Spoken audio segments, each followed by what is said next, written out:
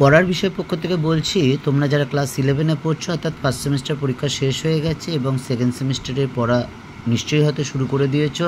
তবে এটা মনে করো না যে পুজো আছে বলে একদম পড়াশোনার সাথে ডিটাচ থাকবে, কারণ পুজো প্রায় 1 মাস ধরে চলবে। দুর্গাপুজো, কালী পুজো, লক্ষ্মী পুজো, ভাইফোঁটা, জগদ্ধাত্রী পুজো। কিন্তু তোমরা জানো উচ্চ মাধ্যমিক শিক্ষা সংসদ তোমাদের মোটামুটি জানিয়ে দিয়েছেন 12ই ফেব্রুয়ারি থেকে তোমাদের সেকেন্ড সেমিস্টার পরীক্ষা শুরু হবে। কাজে হিসাব মতো 4 মাস দেখতে বাকি থাকলেও কিন্তু 4 মাস কিন্তু বাকি নেই, কিন্তু সিলেবাস কিন্তু বেশ আছে। কাজেই এখন থেকে একটু একটু করে যখন সময় পাবে, আধ ঘন্টা, 1 ঘন্টা, 20 মিনিট যাই হোক না কেন, পড়াশোনা কিন্তু করো, নাহলে পরবর্তীকালে খুব সমস্যায় পড়বে। তো যাই হোক, আমরা পড়ার বিষয়ের পক্ষ থেকে এই ভিডিওতে তোমাদের যাদের ক্লাস 11 সেকেন্ড সেমিস্টারে এডুকেশন বা শিক্ষাবিজ্ঞান আছে তাদের জন্য আমরা ইতিমধ্যে তোমাদের নাম্বার ডিভিশন এবং সিলেবাস দিয়ে দিয়েছি। আজকে এই ভিডিওতে তোমাদের আমরা এডুকেশনের যে ফার্স্ট চ্যাপ্টারের যে মার্কস ডিভিশন অনুযায়ী গুরুত্বপূর্ণ প্রশ্ন, যেটা তোমাদের 2026 সালে সেকেন্ড সেমিস্টার পরীক্ষায় আসতে পারে, সে আমরা কিন্তু তার একটা সাজেশান করে দিলাম। দেখতেই পাচ্ছ এইতে আমরা যে গ্রুপ সি, কারণ গ্রুপ এ আর গ্রুপ বি তোমরা ফার্স্ট সেমিস্টারে পড়ে এসেছো, গ্রুপ সি এর আবার 4টে ইউনিট আছে। এই 4টে ইউনিট মিলিয়ে 7 নম্বর আছে এবং আমরা এর জন্য বুঝতেই পারছো বেশ বড় জায়গা, অনেকগুলো চ্যাপ্টার আছে, মাত্র 7 নাম্বার আছে। 7 নাম্বারটা মাত্র নয়, কিন্তু চ্যাপ্টার অনুসারে কথা বলছি। তার জন্য আমরা পরের বিষয় পক্ষ থেকে আমরা প্রত্যেকটা চ্যাপ্টার আলাদা আলাদা করে দিচ্ছি এবং পরবর্তীকালে একসাথে করে দেবে, এবং দেখবে যেগুলো খুব গুরুত্বপূর্ণ প্রশ্ন সেগুলো কিন্তু আমরা ডবল স্টার করে দিয়েছি, সেই অনুসারে পড়বে। তা চলো আর কথা না বাড়ি, অর্থাৎ শিক্ষা মনোবিজ্ঞানের আমরা সাজেশানটা শুরু করছি 2 নম্বর এবং 5 নম্বরের। দেখো, এই সেকেন্ড সেমিস্টার এডুকেশন 2026 সালের সাজেশান শিক্ষা মনোবিজ্ঞান 2 নম্বরে যেগুলো 2টো স্টার সেগুলো খুব গুরুত্বপূর্ণ, যেগুলো 1টা স্টার সেগুলো কম গুরুত্বপূর্ণ। তবে একটা কথা বলা, যেগুলো 5 নম্বরে আছে আমরা 2 নম্বরেও রেখেছি, বা 2 নম্বরটা 5 নম্বরেও রেখেছি, যাই বলো না কেন, কারণ আমরা পড়ার বিষয়ের পক্ষ থেকে সংখ্যাটা হিসেবে মাথায় রাখিনি, আমরা রেখেছি যাতে কোশ্চেনগুলো তোমাদের পরিচিত হয় এবং বুঝতে পারো এটা 2 নম্বরেও আসতে পারে, 5 নম্বরেও আসতে পারে। চলো আমরা এবার শুরু করি। প্রথম প্রশ্নটা দেখো, শিক্ষা মনোবিদ্যা কাকে বলে? 2 নম্বর, মনোবিদ্যার আদিপুরুষ কাকে বলে? সাইকোলজি শব্দটির উৎপত্তি কোন ভাষা শব্দ থেকে এসেছে? এটা খুব গুরুত্বপূর্ণ প্রশ্ন। 3 নম্বর, শিক্ষার তাত্ত্বিক ও ব্যবহারিক দিকগুলি আলোচনা করো। 4, কোন কোন দিক থেকে শিক্ষাবিজ্ঞান মনোবিজ্ঞানের উপর নির্ভরশীল? 5, শিক্ষাক্ষেত্রে মনোবিজ্ঞানের 2টি প্রভাব লেখো। 6, সাইকোলজির যে 2টি ভিন্ন শব্দ থেকে গঠিত হয়েছে সেগুলোর নাম লেখো। সাইকোলজি শব্দটি যে 2টি শব্দ থেকে গঠিত হয়েছে তার অর্থ লেখো। এই 6 নম্বর প্রশ্নটা খুব গুরুত্বপূর্ণ প্রশ্ন। 7 নম্বরটা দেখো, অস্বাভাবিক মনোবিদ্যা বা অ্যাবনর্মাল সাইকোলজি কাকে বলে? 8, মনোবিদ্যা হলো আচরণ সম্পর্কিত বিদ্যা, এই শব্দটি কার? ওয়াটসন মনোবিদ্যাকে কিসের বিজ্ঞান বলেছে? এই কোশ্চেনটা খুব গুরুত্বপূর্ণ। 9, ম্যাকডুগাল মনোবিজ্ঞানের কী সংজ্ঞা দিয়েছেন? 10, সাইকোলজি কথাটির ব্যুৎপত্তিগত অর্থ লেখো।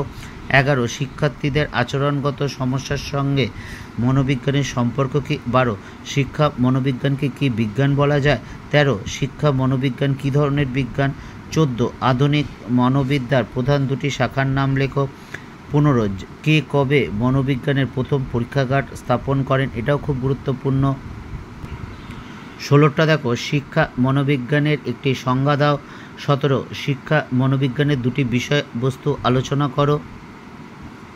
এবং 2 নম্বরের লাস্ট কোশ্চেন, শিক্ষার লক্ষ্যের সঙ্গে মনোবিদ্যার সম্পর্ক কী? দেখো, আমরা 4টে চ্যাপ্টার মিলে তোমরা 7 নম্বর আছে দেখতে পারলে, আমরা প্রথম চ্যাপ্টার থেকে এই 18টা রেখেছি, তার মধ্যে যেগুলো ডবল স্টার সেগুলো তোমরা অবশ্যই ভালো করে পড়বে, ঠিক আছে? তারপর 1টা স্টার, তারপর যেগুলো স্টার নেই। এবার যে 5 নম্বর প্রশ্নগুলো আছে দেখতেই পাচ্ছ। শিক্ষা মনোবিজ্ঞানের প্রভাব লেখো। 4, মনোবিজ্ঞান ও শিক্ষা মনোবিজ্ঞানের মধ্যে পার্থক্য লেখো। 3, শিক্ষা মনোবিজ্ঞানের বৈশিষ্ট্য লেখো। 4, শিক্ষা মনোবিজ্ঞানের গুরুত্ব আলোচনা করো।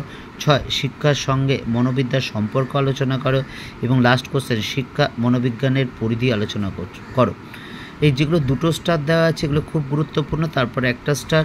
এবং তোমরা কিন্তু খুব বড় নোট করা দরকার, টু দ্য পয়েন্ট করে লিখবে। এবং আমরা পরের বিষয় পক্ষ থেকে যে সাজেশানগুলো দিচ্ছি সেগুলো তোমাদের আমরা নোট আকারেও দিয়ে দেবো এবং সেগুলো বুঝিয়েও দেবো, কারণ আমরা পড়া বিষয় পক্ষ থেকে মনে করি তুমি যদি নোটটা বুঝতে না পারো, তা যে কোনো নোটই হোক না কেন, প্রত্যেকটা নোটই খুব উন্নত মানের এবং সমৃদ্ধ, এই বিষয়ে কোনো সন্দেহ নেই। কিন্তু সেইটা যদি তুমি বুঝতে না পারো, খাবার যতই ভালো হোক না কেন, তুমি যদি হজম না করতে পারো, বদহজম হয়ে গেলে কিন্তু তোমার সেই খাদ্যের কোনো গুণ লাগবে না, বরঞ্চ তোমাকে বেকায়দায় বা অস্বস্তি বা শরীর খারাপে ফেলবে। পড়াশোনাটাও তাই। কাজে তুমি যদি বুঝতে পারো তাহলে অনেক সোজা হবে, তুমি পরীক্ষায় লিখতে পারবে।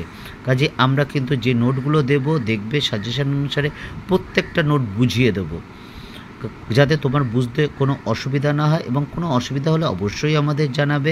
আমরা পরের বিষয়ের পক্ষ থেকে হিস্ট্রি, পল সায়েন্স, ফিলোসফি এবং এডুকেশন নিয়ে আলোচনা করি, নোট বা সাজেশান দিয়ে থাকি, এবং উচ্চ মাধ্যমিক শিক্ষা সংসদ থেকে তোমাদের জন্য যে গুরুত্বপূর্ণ নোটিফিকেশান জারি করে সেটাও আমরা কিন্তু তোমাদের সাথে সাথে শেয়ার করে দিই। এছাড়া আরেকটা কথা বলা, এই পড়ার বিষয় চ্যানেলটা আমি একক নয়, আমার দীর্ঘ 23-24 বছর শিক্ষকতার অভিজ্ঞতা ছাড়াও আমার মতো আরও 13 জন শ্রদ্ধেয় শিক্ষক শিক্ষিকা আছেন যারা বিভিন্ন স্কুল কলেজের সাথে যুক্ত, এবং তাদের মধ্যে 3 জন কেরিয়ার কাউন্সিলর আছেন, এবং যিনি সবচেয়ে অভিজ্ঞ তিনি প্রায় 37-38 বছরের অভিজ্ঞতা সম্পন্ন।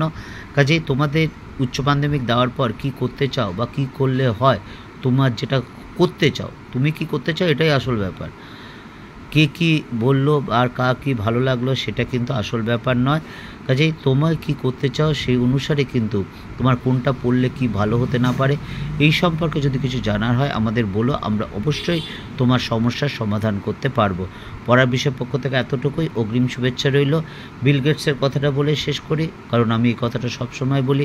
তিনি বলেছিলেন তিনি অনেক মেধাবীকে ব্যর্থ হতে দেখেছেন, কিন্তু কোনো পরিশ্রমীকে ব্যর্থ হতে দেখেননি। ভালো করে পড়াশোনা করো, সততার সাথে পড়াশোনা করো, ফল কিন্তু অবশ্যই ভালো পাবে। পড়ার বিষয়ের পক্ষ থেকে এতটুকুই, অগ্রিম শুভেচ্ছা রইল সকলের জন্য।